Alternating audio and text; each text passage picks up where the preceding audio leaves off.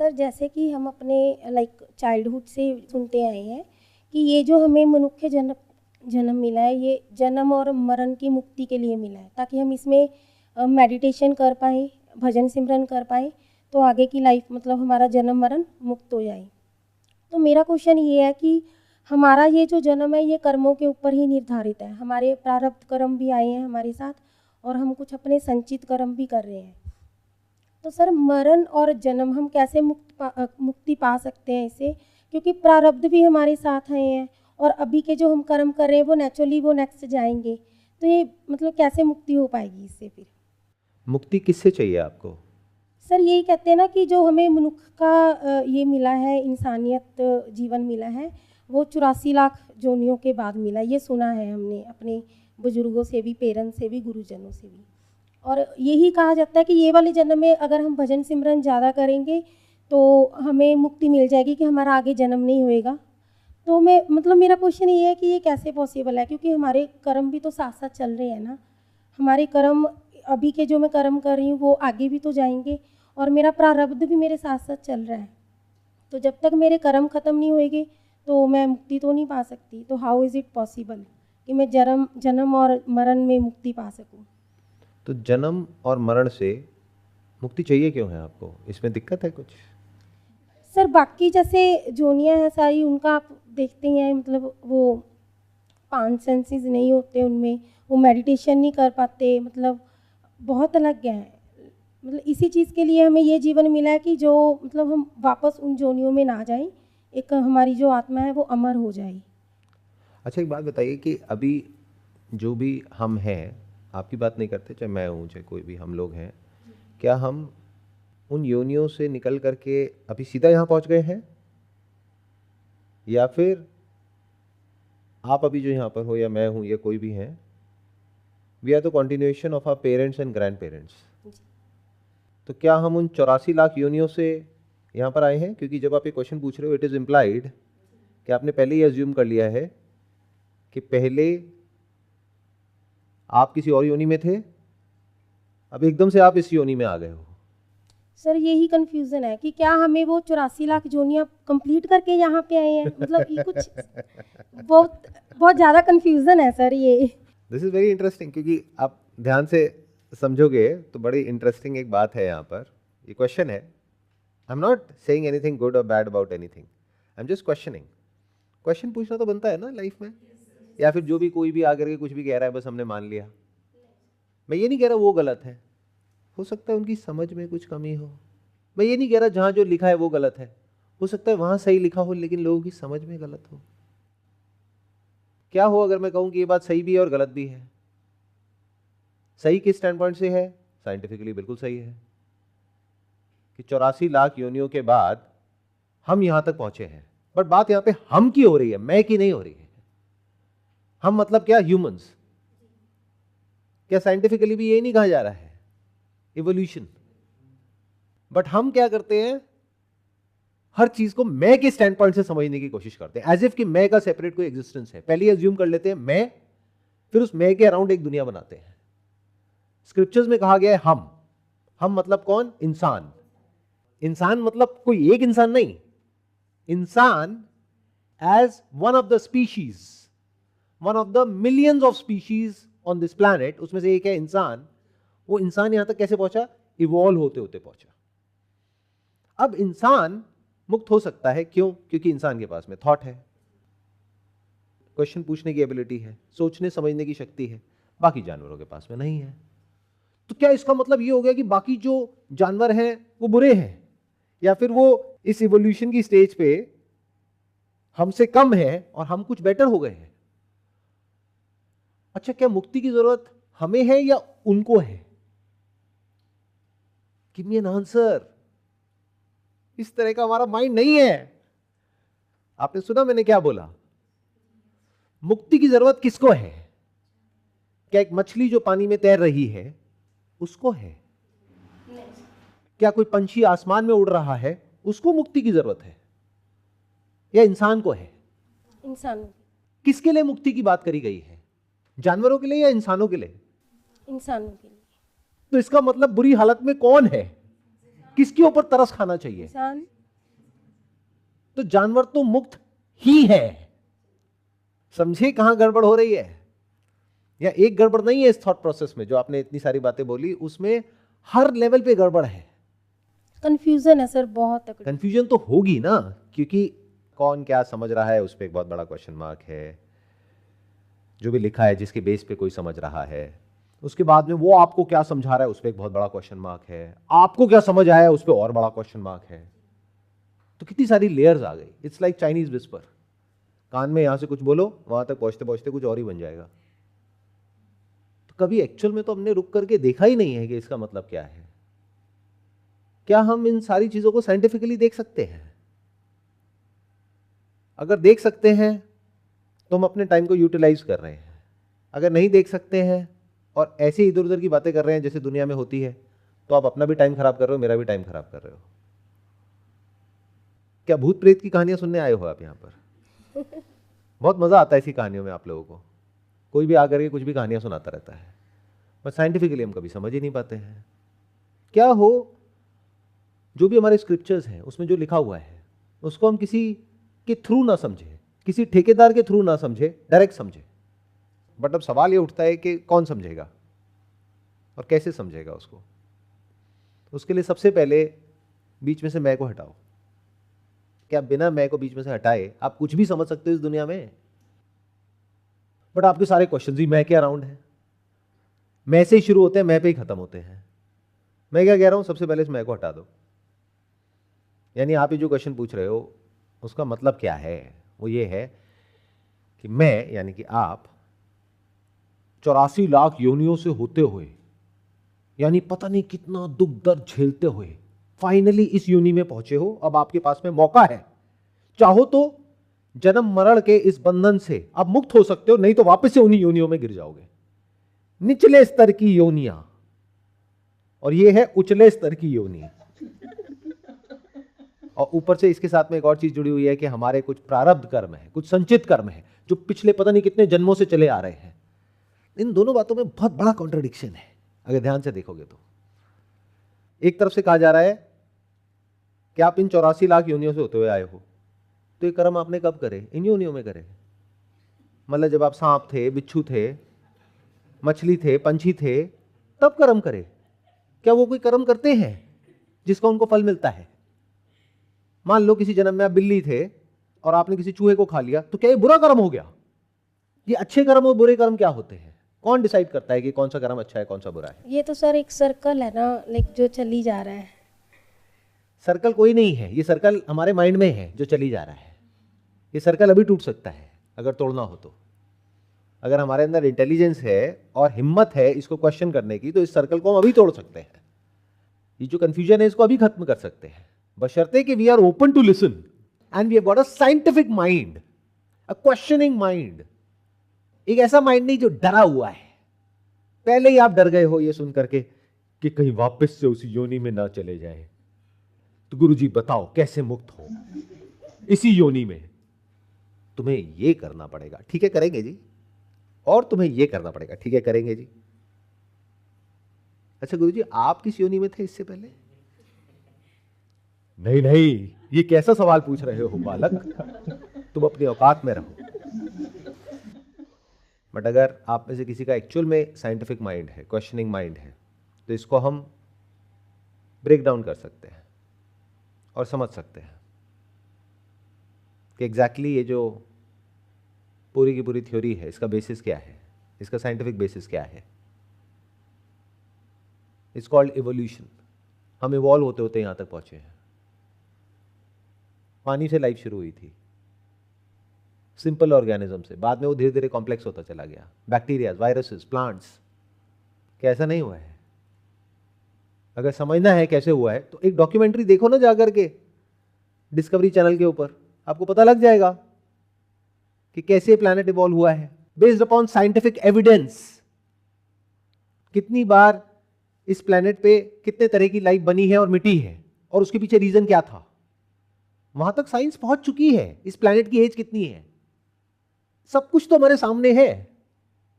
It's as if कि bottle आपके सामने है और इसके बारे में सारी इंफॉर्मेशन आपके सामने है। लेकिन आप इस बॉटल को देखो ही नहीं, और कोई आ करके कुछ भी कहानियां सुना रहा है आपको इस बॉटल के बारे में, और आप सुन सुन करके कह रहे हो वाह वाह वाह वाह वाह वाह, बहुत बढ़िया बहुत बढ़िया। अच्छा, बोतल के अंदर पानी पता है कैसे जाता है? वो प्रकट होता है। और आप मान गए, अच्छा गुरुजी कैसे प्रकट होता है? वो ऐसे प्रकट होता है। अब एक कहानी के साथ में बहुत सारी कहानियां और जुड़ी है।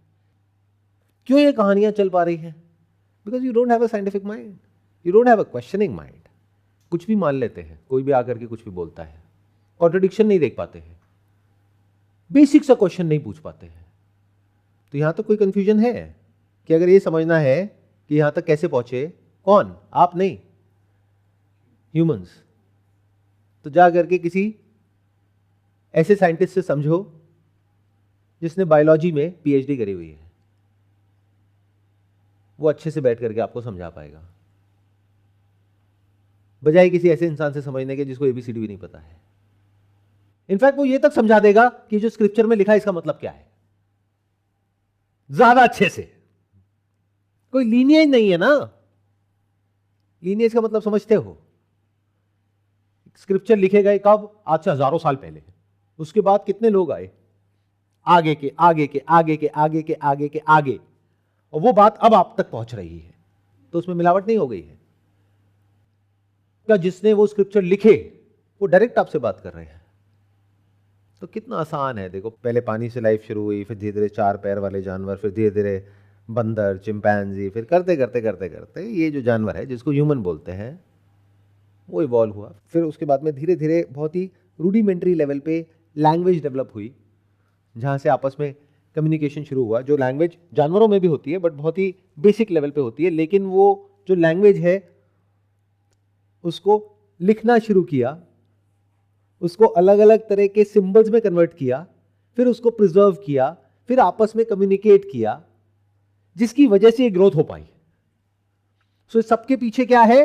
अगर कोर में आप देखोगे, इंसान की जो डेवलपमेंट है सो कॉल्ड, इस पे एक बहुत बड़ा क्वेश्चन मार्क है। बट जो भी डेवलपमेंट है एक्सटर्नल वर्ल्ड में, इस पे कोई क्वेश्चन नहीं किया जा सकता। यानी हमारी साइंस में जो एडवांसमेंट हुए हैं, हाँ उसकी वजह से इंसान ऊपर उठ रहा है नीचे गिर रहा है, वो एक बहुत बड़ा क्वेश्चन मार्क है। बट साइंस तो ऊपर उठी है।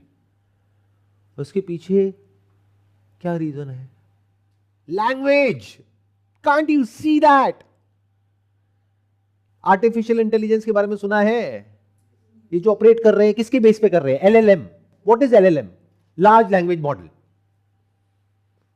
कंप्यूटर की अपनी एक लैंग्वेज है, आपकी अपनी एक लैंग्वेज है। अगर मैथमेटिक्स को समझना है तो उसकी अपनी एक लैंग्वेज है, बायोलॉजी को समझना है तो उसकी अपनी एक लैंग्वेज है, केमिस्ट्री को समझना है तो उसकी अपनी एक लैंग्वेज है। जब इन सबको जोड़ दिया जाता है तो उसको बोलते हैं लार्ज लैंग्वेज मॉडल, जिसमें सारी अलग अलग तरह की लैंग्वेजेस जुड़ करके सिंथेसाइज हो गई है और उसको आप समझ सकते हो। तो हम में और जानवरों में क्या फर्क है? सिर्फ लैंग्वेज का। हमारी लैंग्वेज बहुत इवॉल्व हो गई है।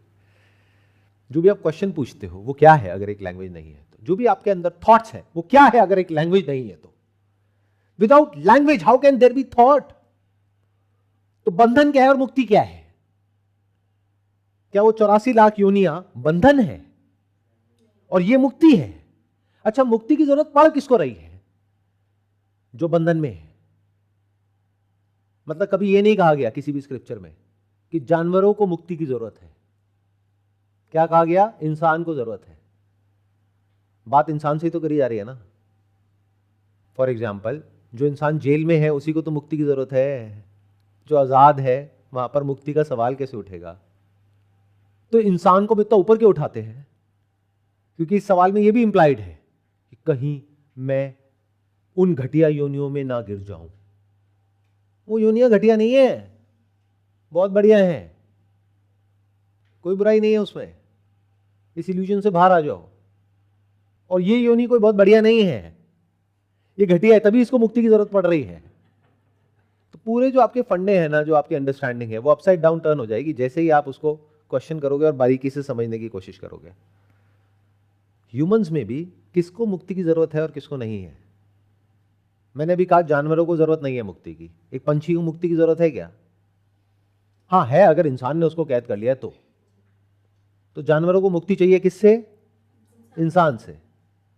जानवरों की लाइफ की सारी सारी प्रॉब्लम की जो जड़ है आज की डेट में, जो भी इस प्लानट का जो पूरा इकोलॉजिकल सिस्टम है वो खराब हो रहा है, किसकी वजह से? जानवरों की वजह से, इंसानों की वजह से। तो इंसान को इतना ग्लोरीफाई क्यों करते हैं हम? ऐसा क्यों समझते हैं कि इंसान में कुछ स्पेशल है या कुछ बहुत ही कमाल का है, या हम सुपीरियर हैं बाकी सब इन्फीरियर हैं? और कर्म क्या होता है और फल क्या होता है? ये कहानियां तो बहुत सुनी है आपने, बट कभी पूछा व्हाट इज कर्म? क्या जानवर कर्म करते हैं? जानवरों के कोई कर्म होते हैं? चाहे वो किसी को मार रहे हैं, चाहे वो मर रहे हैं, इज दैट कर्म? इस तरह से सोचो। कर्म का जो ग्राउंड होता है दैट इज मैं का भाव, मैं का thought is the ground of कर्म। ये मैं का थॉट होता है क्या जानवरों में? क्या वो अपनी भूख के लिए शिकार करते हैं? यानी नेचर का जो लॉ है, ये भूख कहां से आई? क्या उन्होंने पैदा करी, इकट्ठी करी कहीं से? या नेचर का ये लॉ है? तो नेचर के लॉ के अकॉर्डिंग भूख लगी, उसके अकॉर्डिंग उसकी बॉडी का एक स्ट्रक्चर है जिसके अकॉर्डिंग अपने आप शिकार होता है, वो करता नहीं है। और वो होने के बाद में जब भूख मिट जाती है तो वहीं पे वो रुक जाता है, और उसके अंदर मैं की फीलिंग नहीं होती है, मैं का थॉट नहीं होता है। अगर होता तो वो एक का शिकार नहीं करता, अगर वो पावरफुल है जानवर तो वो 1000 का शिकार करता। क्यों? ताकि मुझे कल दोबारा शिकार ना करना पड़े। बट क्या जानवर ऐसा करते हैं? इसका मतलब क्या है? उनके अंदर अभी मैं का थॉट है ही नहीं, तो ग्रीड है ही नहीं, तो उनके लेवल पे कहीं कोई कर्म फल है ही नहीं। हम बेचारों को फल भुगतना पड़ रहा है, किसके कर्मों का? हमारे कर्मों का। अब आपके फिर फंडे हिलेंगे सारे के सारे। क्यों? क्योंकि जिस लेवल से मैं बात कर रहा हूं, जिस लेवल से आप समझ रहे हो, उसमें जमीन आसमान का फर्क आ गया। मैं बात कर रहा हूं कलेक्टिव के पॉइंट ऑफ व्यू से, आप बार बार घूम फिर करके खुद पे आ जाते हो। मैं बकरे की तरह। क्यों? क्योंकि इसके बाहर हमको समझ ही नहीं आता है कुछ।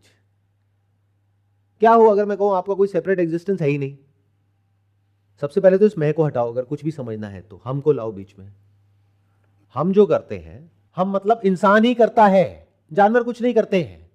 लगता है देखने में कि वो कुछ कर रहे हैं, वो कुछ करते हुए भी नहीं करते हैं। बट ये एक ऐसा जानवर है, इंसान, जो कुछ नहीं भी कर रहा होता तब भी बहुत कुछ कर रहा होता है। आपको देखने में ऐसा लगता है कि आप कुछ नहीं कर रहे हो, मन ही मन बैठे हुए पता नहीं क्या क्या कर रहे होते हो। किसी के मुंह पे हंस रहे होते हो, अंदर से उसको गालियां निकाल रहे होते हो। तो इंसान है जो करप्ट है, जानवर तो भोले भाले हैं। तो जानवरों के स्तर पे ना तो कभी कोई कर्म हुआ है, ना कभी होगा। क्यों? क्योंकि कर्म क्या होता है? मैं के भाव से किया गया या नहीं किया गया, जो भी कुछ है वो सब कर्म है। सुना मैंने क्या कहा? सिर्फ वो नहीं जो आपने किया, जो नहीं भी किया लेकिन मैं का भाव है ना पीछे, तो वो कर्म है। तो जो कर्म फल का बंधन है, ये इस समझदार जानवर के लिए है, जिसको लगता है कि मैं तुझसे अलग हूं। और देखने में लग सकता है कि समझदारी है, बट इससे बड़ी बेवकूफी कुछ नहीं है। तो अगर एक इंसान चाहे भी तो कुछ अच्छा नहीं कर सकता, क्योंकि वो करता कैसे है? मैं ये हूं तो मुझे वो करना है जो इसके लिए सही है। दुनिया गई भाड़ में, तो हर कोई ऐसे एक्ट कर रहा है। इसीलिए तो इंसान की इतनी बुरी हालत है, देख नहीं पा रहे क्या? इतना कंफ्यूजन है, इतना कॉन्फ्लिक्ट है, घर के अंदर भी और बाहर भी, कंट्री के अंदर भी और बाहर भी, आपस में भी। किस लेवल पे कॉन्फ्लिक्ट नहीं है इंसान के इस पूरे स्ट्रक्चर में? मुझे ये समझा दो।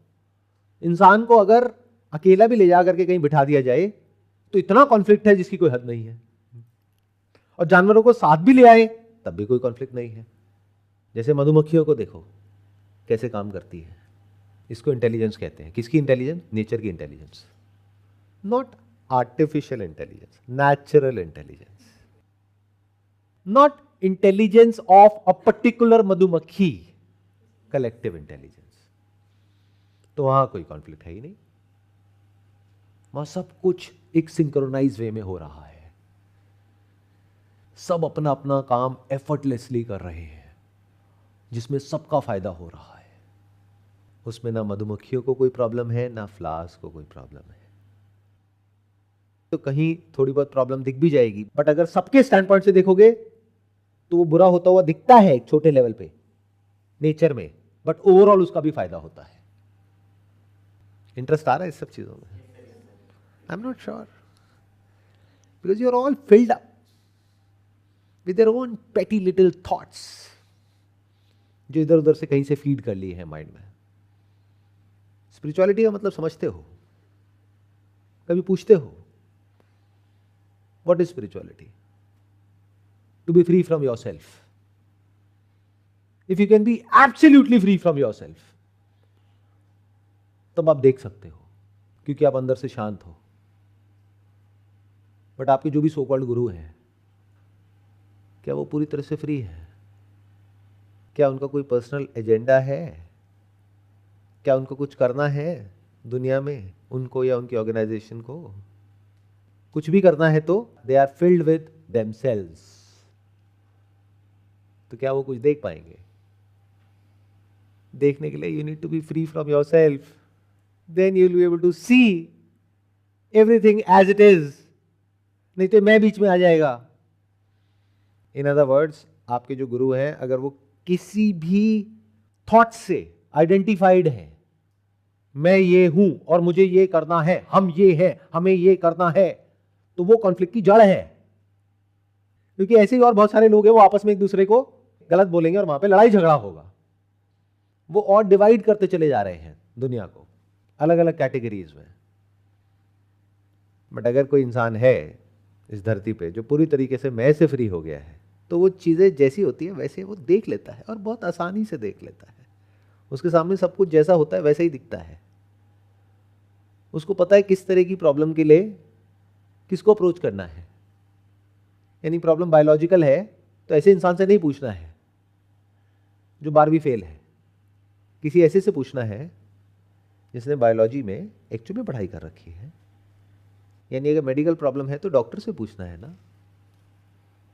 तो आपका ये जो पूरा कॉन्सेप्ट है प्रारब्ध कर्म, संचित कर्म, ये पूरा का पूरा कोलैप्स कर जाएगा जैसे इसको देखोगे, क्वेश्चन करोगे। लेकिन सर वहां पर तो ये लिखा हुआ है, उसका क्या मतलब है? चलो उसका मतलब समझते हैं। मैंने क्या कहा, कर्म क्या होता है? जो भी इस मैं के थॉट के साथ में किया गया है या नहीं किया गया है, सोचा गया है, वो कर्म है। एक होता है जो आप सोचते हो, एक होता है जो आप बोलते हो, एक होता है जो आप करते हो। करना इज नॉट इंपॉर्टेंट। अभी हमने देख लिया जानवरों के केस में, वो सब कुछ करते हैं लेकिन कर्म नहीं होता है। क्यों? क्योंकि सोचना नहीं है। बोलते हैं लेकिन कोई कर्म नहीं है। जानवर आपस में बोलते हैं लेकिन कोई कर्म नहीं है। क्यों? सोच नहीं है ना। सोच है भी तो ये नहीं है कि मैं ये हूं। तो कर्म मतलब क्या? थॉट जिसके सेंटर में मैं है। That is the essence of कर्म। तो बचपन से आज तक जो भी आपने किया वो आपका संचित कर्म है, वही प्रारब्ध है। मतलब क्या? जब आप 6 महीने के थे तब आपने जो किया, क्या वो आपका संचित कर्म है? क्या वो प्रारब्ध है? या जब मां के पेट में थे, या उससे पहले, क्या आपको ऐसा लगता है कि आप किसी और योनि में थे? और इस पे एक बहुत बड़ा क्वेश्चन मार्क है। अगर उससे पहले आप किसी और योनि में थे तो scientifically it is not possible. In other words, आप थे तो क्या थे उन 84 लाख योनियों में से? मछली थे, पंछी थे, सांप थे, बिच्छू थे, चींटी थे, एकदम से इंसान बन गए। मतलब जो हमारी डीएनए की अंडरस्टैंडिंग है, साइंटिफिक जो भी अंडरस्टैंडिंग है, वो सबको बाईपास करके एकदम से मछली मरी, उसमें से कुछ निकला, और एकदम से कहीं कोई आदमी औरत कुछ कर रहे हैं शादी के बाद में, जो करते हैं, कहीं पहले भी करते हैं, तो वहां पर एकदम से आप प्रकट हो गए। क्या कमाल की कहानी है। इसके ऊपर मूवी बन सकती है। बट अगर आप इन कहानियों में जीने लग जाओ तो बढ़िया है आपके लिए, जियो, कौन मना कर रहा है। एक आई थी ना मूवी, एक मूवी में एक आदमी मरने के बाद मक्खी बन जाता है। तो ये भी एक बहुत बड़ा क्वेश्चन मार्क है कि जो भी आपने किया इस जन्म में, उसके अकॉर्डिंग कौन सी योनि मिलेगी आपको। क्योंकि मैंने क्या कहा, ये मैटर नहीं करता कि आप बॉडी के लेवल पे क्या कर रहे हो, अपने अंदर क्या कर रहे हो। अंदर आप क्या करते हो वो आप सबको पता है, मुझे बताने की जरूरत नहीं है। और सिर्फ आप नहीं, जो भी आपके सो कॉल्ड आइडल हैं वो भी। यकीन ना हो तो अब तो ऐसे ऐसे चिप्स बनते चले जा रहे हैं जो आपकी ब्रेन में लग जाएंगे और आपके थॉट को रीड कर लेंगे। तो अगर वो चिप लग जाए आपकी ब्रेन में और वो नेटफ्लिक्स पे और अमेजॉन प्राइम पे ब्रॉडकास्ट हो जाए, कितना मजा आएगा, कितना मजा आ जाएगा। सोचो, ब्लॉकबस्टर कि एक इंसान है अपने पति के साथ या पत्नी के साथ में, सोच कुछ और रहा है। सोचो, सारा कुछ हिल जाएगा, एकदम से पूरा स्ट्रक्चर ही हिल जाएगा। कहेंगे भाई साहब ये चल क्या रहा है। बाहर से कोई ऐसा दिख रहा है कि बहुत ही सुलझा हुआ है, बहुत ही काम है, कंपोज्ड है, पीसफुल है, और अंदर भूचाल है। तो जो भी आप सोचते हो वो आपको पता है कि आप क्या सोचते हो। और मुझे पता है क्योंकि मैंने अंदर झांक के देखा हुआ है। और यहाँ जो है और वहाँ जो है, आप लोगों को लग सकता है या किसी ऐसे इंसान को लग सकता है जिसका साइंटिफिक माइंड नहीं है कि कुछ अलग अलग होता है, सुख दुख अलग अलग होता है, फीलिंग्स अलग अलग होती हैं, थॉट्स अलग अलग होते हैं। अरे कुछ भी अलग नहीं होता है, बेसिक सेम ही होता है। तो अगर मैं खुद को समझ गया हूं तो मैं आपको भी समझ गया हूं।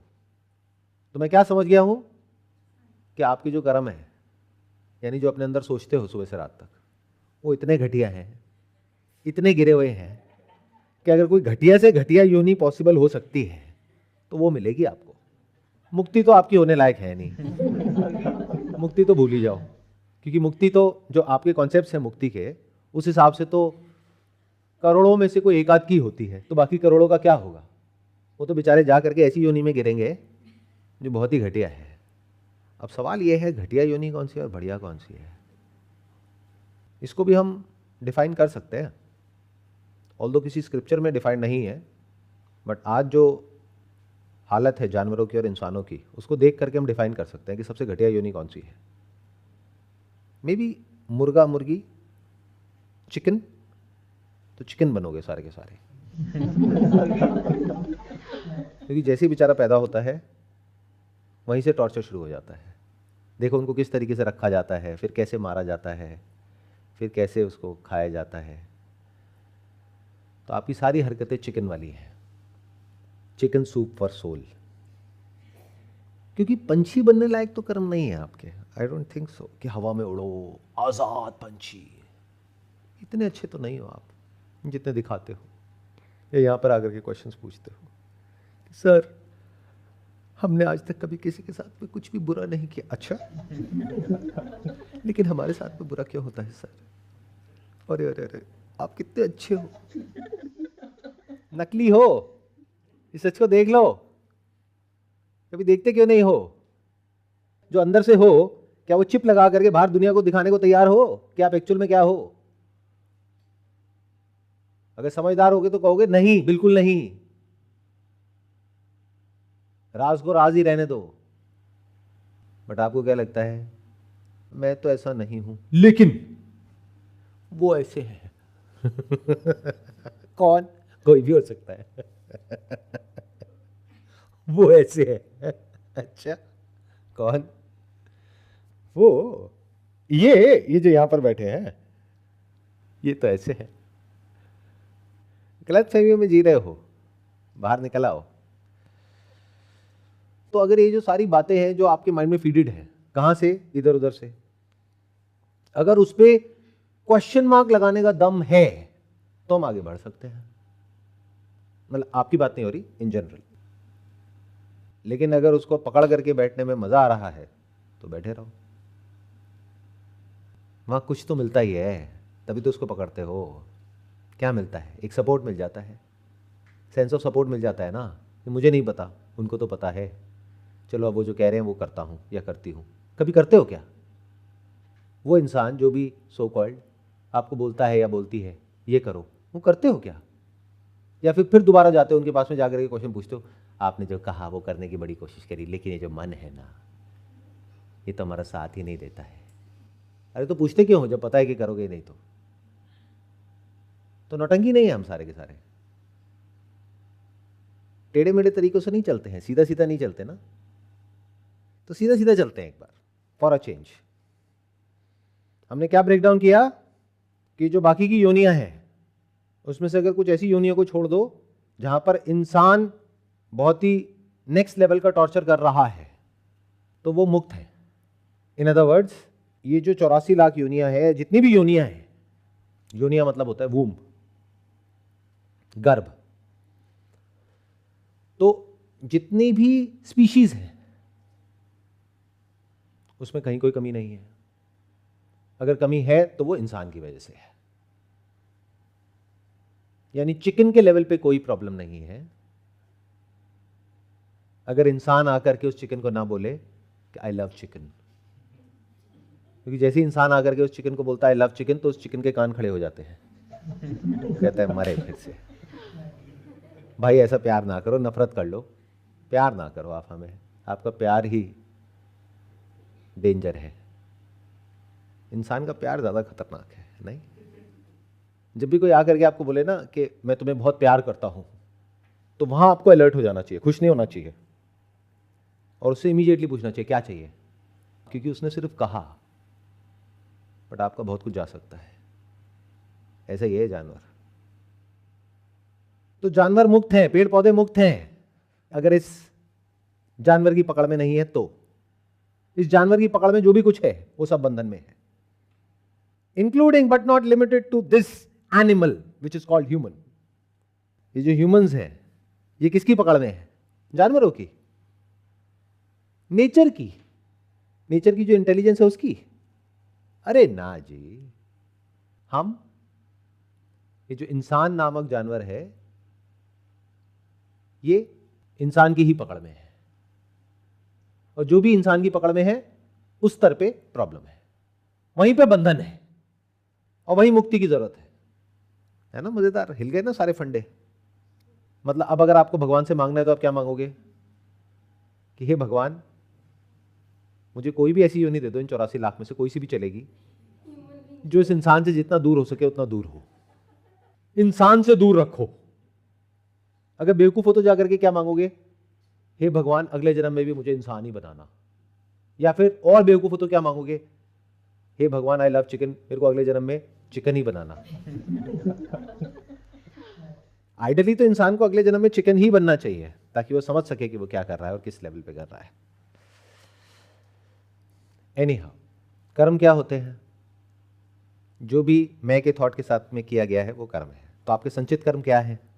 जब माँ के पेट में थे तब तो मैं का थॉट ही नहीं था, 6 महीने के थे तब भी नहीं था, 1 साल के थे तब भी नहीं था। धीरे धीरे जब ये लैंग्वेज आपको समझ आने लगी, जो भी आपकी नेटिव लैंग्वेज है, that could be Hindi, English, whatever, तब आपके माइंड में थॉट प्लांट किया गया, तू ये है।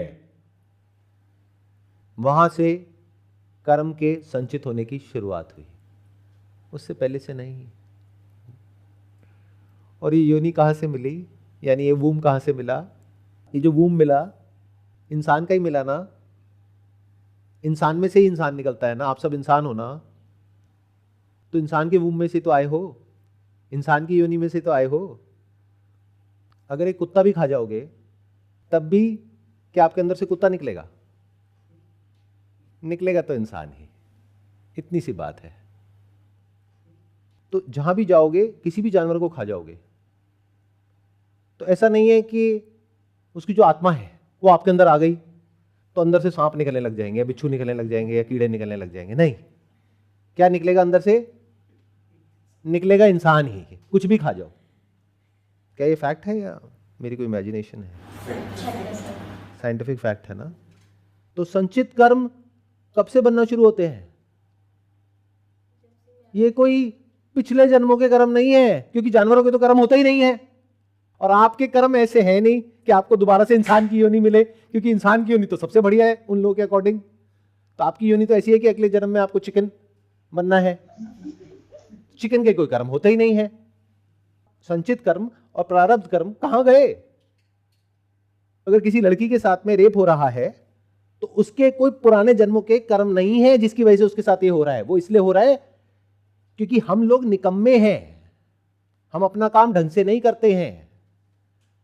मतलब क्या कि अगर आप एक सरकारी नौकरी कर रहे हो और जरा सा आपकी सैलरी के ऊपर बात आ जाए तो आप सड़कों पे निकल आओगे, प्रोटेस्ट करोगे।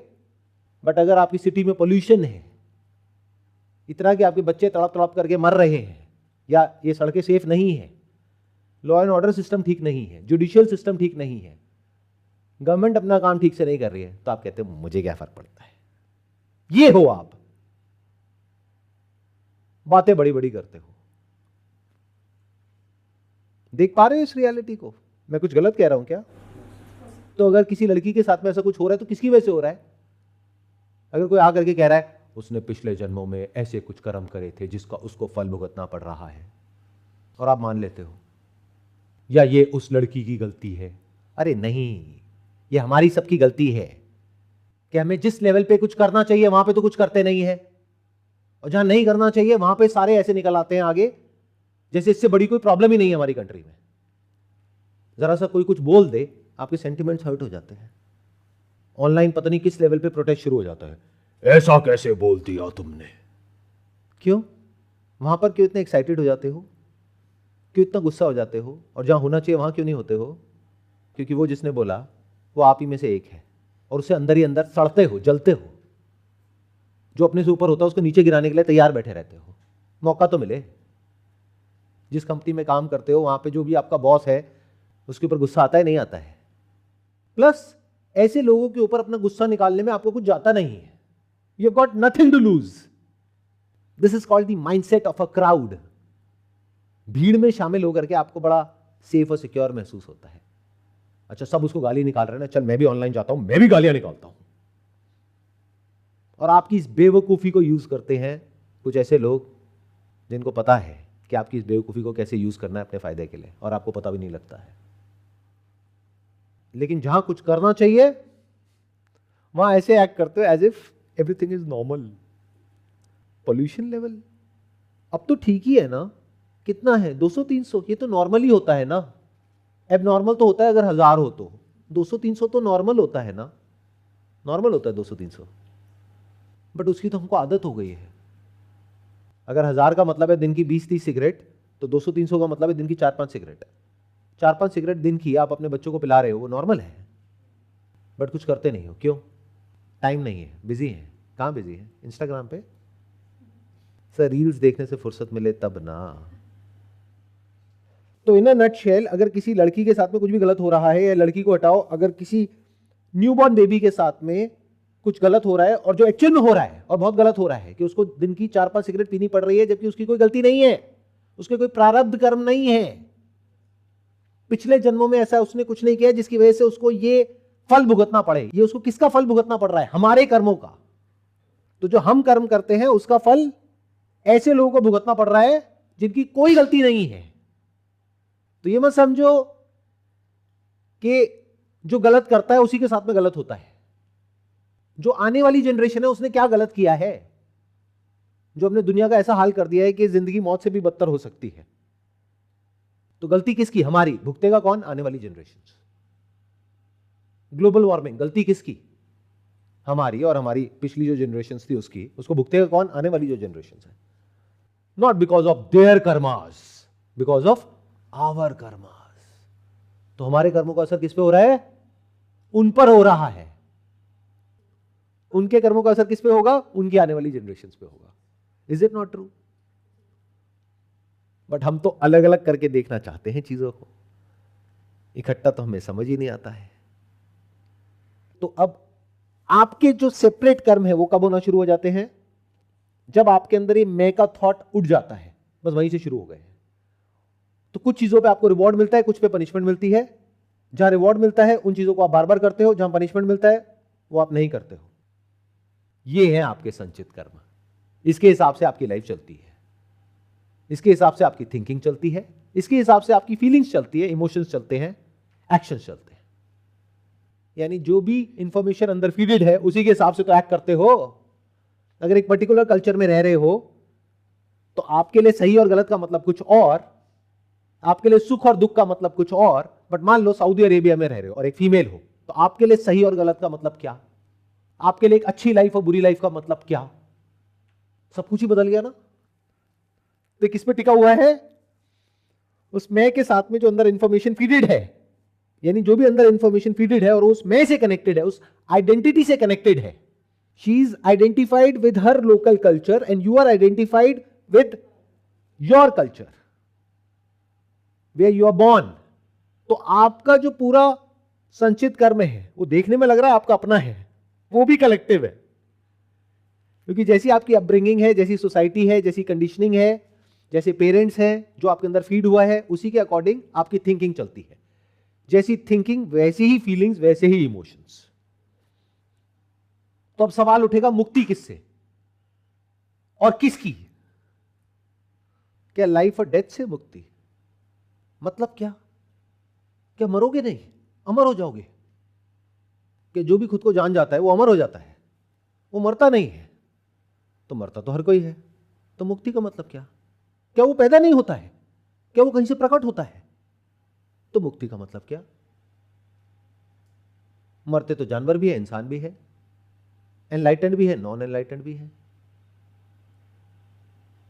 तो मुक्ति मतलब क्या? उससे पहले समझो बंधन मतलब क्या। अगर ये समझ आ गया तो मुक्ति भी समझ आ जाएगी। कौन बंधन में और कौन मुक्त है?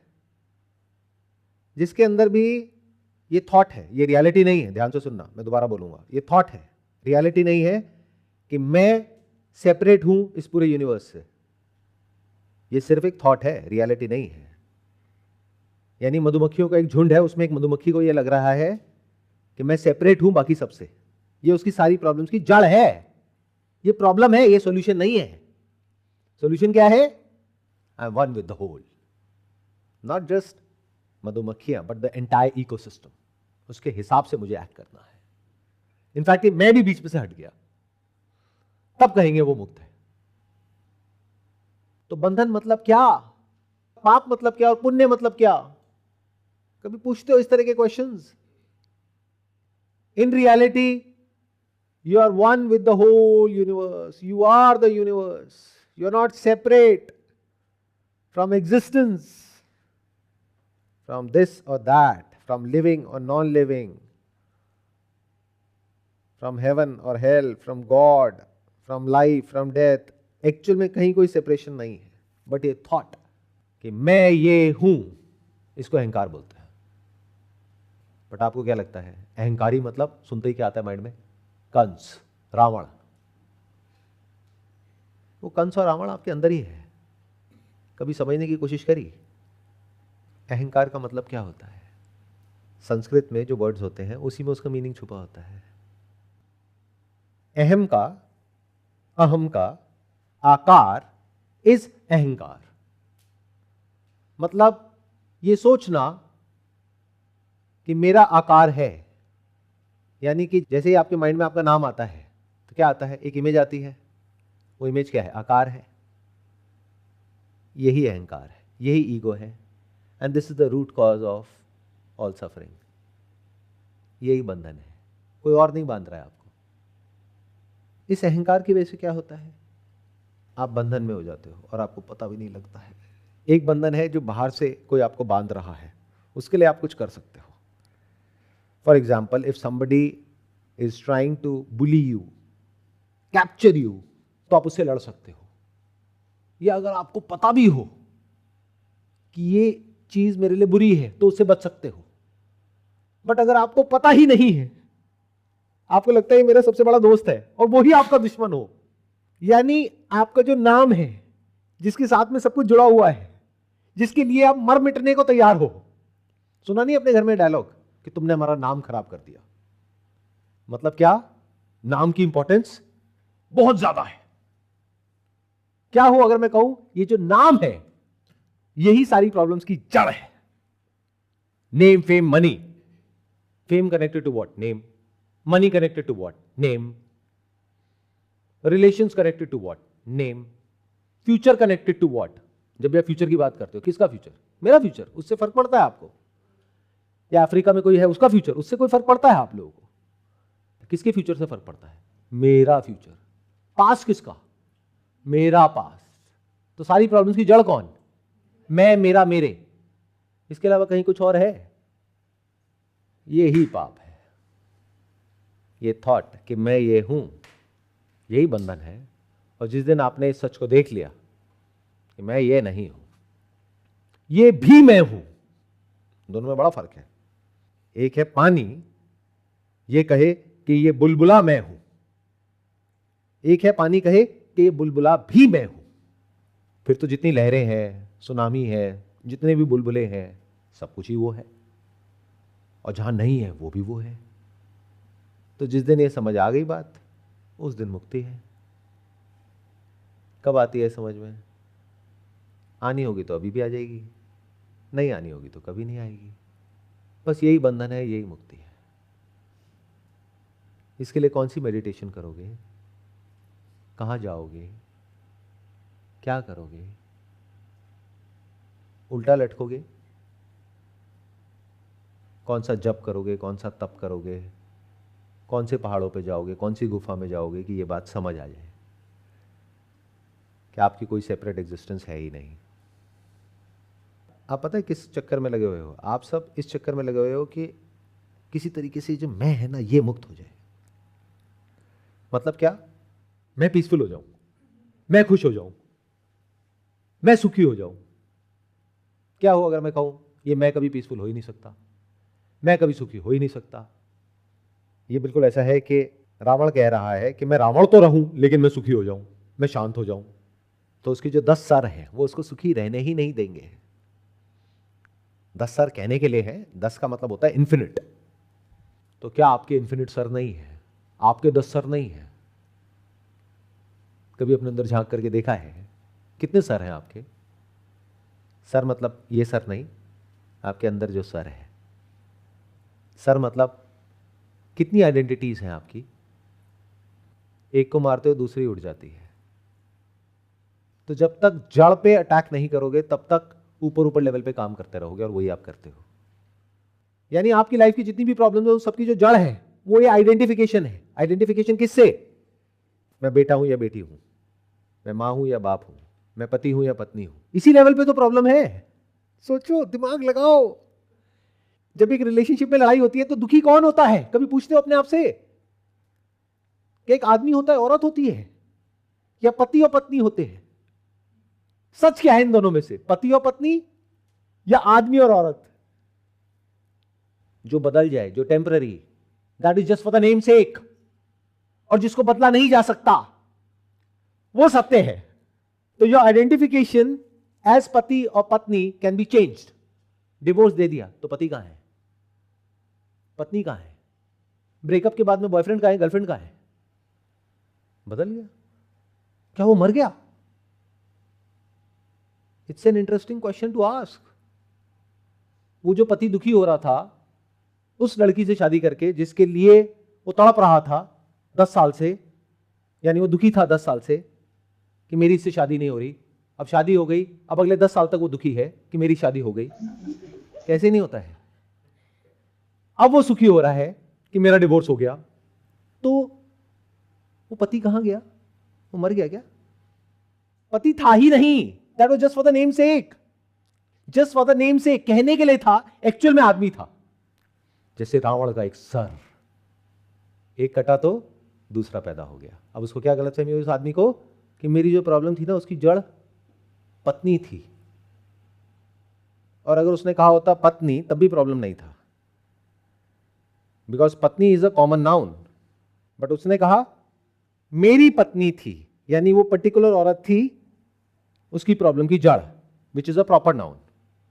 तो अब उसको क्या गलतफहमी है कि कोई और लड़की से अगर मैं शादी कर लूंगा तो मेरी प्रॉब्लम सॉल्व हो जाएगी, तो दोबारा से पति बन गया। आ रहा है कुछ समझ में? बहुत तगड़ी कंफ्यूजन थी जो आज आपने सॉल्व कर दी। Thank you so much. इतनी जल्दी सॉल्व नहीं होती है। नहीं, मतलब बहुत बहुत हद तक आपने क्लियर कर दी। मतलब इसी चीज़ में मैं बहुत ज़्यादा कंफ्यूज थी कि मतलब ये चीज़ क्या समझ आया आपको, बताओ आज के सेशन से? एक तो यही है कि जैसा आपने जैसा मेरे माइंड में क्वेश्चन था कि हम 84 लाख जूनियों में से निकल के हमें ह्यूमन बीइंग का वो मिलता है ना, इंसानी जन्म मिलता है। तो उसमें ये है कि ऐसा कुछ नहीं है, लाइक ये नहीं है कि हमने पहले वो सारी यूनियाँ क्रॉस की फिर हम इसमें आए हैं तो जन्म मरण का हमें इससे मुक्त होना है, ऐसा नहीं है। फिर सेकेंड आपने ये करवाया कि लाइक जो जिसके अंदर मैं की भावना है वही हमारे कर्म है जो मैं के साथ होते हैं। तो अगर हम इससे मुक्त हो जाएंगे तो वो मुक्ति ही है, वो बंधन नहीं है फिर कोई। ध्यान से सुनना, ध्यान से समझना। आपको ये लगता है कि मैं को मुक्त करना है, उसका तरीका आपको क्या लगता है? मेरा ये डिज़ायर जब पूरा हो जाएगा तो मैं मुक्त हो जाऊंगा। ये बिल्कुल ऐसा है कि रावण को लगता है कि जो मैं चाहता हूं जब वो हो जाएगा तो मैं मुक्त हो जाऊंगा, यानी क्या? मैं शांत हो जाऊंगा, मेरा मन शांत हो जाएगा। लेकिन अगर रावण का एक डिज़ायर पूरा हो गया तो दूसरा हो खड़ा हो जाएगा। दूसरा, तीसरा, चौथा, पांचवा, इन्फिनिट और डिज़ायर्स खड़े हो जाएंगे। ऐसे तो आपके साथ होता है। कभी मुक्ति मिलती है क्या? बचपन से आज तक कितने आपके डिज़ायर्स पूरे हो गए? मुक्ति मिली क्या? तो आपको क्या लगता है कि यहां पर जा करके, इससे मिल करके, इस तरह का ध्यान करके, इस तरह की मेडिटेशन करके, या पैसा कमा करके, या शादी करके, या डिवोर्स करके, या बच्चे पैदा करके, या फिर ये करके वो करके मुक्ति मिल जाएगी? मुक्ति मिलती है क्या? कुछ भी करके मुक्ति मिलती है क्या? जब तक ये मैं है तब तक बंधन है। तो मैं को मुक्त नहीं करना है, क्योंकि मैं मुक्त हो ही नहीं सकता है। मैं से मुक्त होना है। यह मोक्ष है। मोह का क्षय हो जाना। क्षय मतलब मिट जाना। मोह मतलब क्या? मैं, मेरा, मेरे। जब इस झूठ को आपने देख लिया तो आप मुक्त हो। इन अदर वर्ड्स, आपको कौन बांध रहा है? आपकी ये गलतफहमी कि मैं हूं, यानी मैं सेपरेट हूं, दूर कहीं कोई बादलों में है उससे, बाकी सबसे, पेड़ पौधों से, जानवरों से, मैं सबसे अलग हूं। इसीलिए तो कॉन्फ्लिक्ट है। अगर आप इस सच को देख लो, मैं सब में हूं और सब कुछ मुझ में है, ये कोई फिलॉसफिकल बात नहीं है, ये रियलिटी है। As real as me sitting here. इस सच को जब आप देख लेते हो तो आपको समझ आता है कि कोई बंधन था ही नहीं। मैं मुक्त था, मुक्त हूं और मुक्त ही रहता हूं।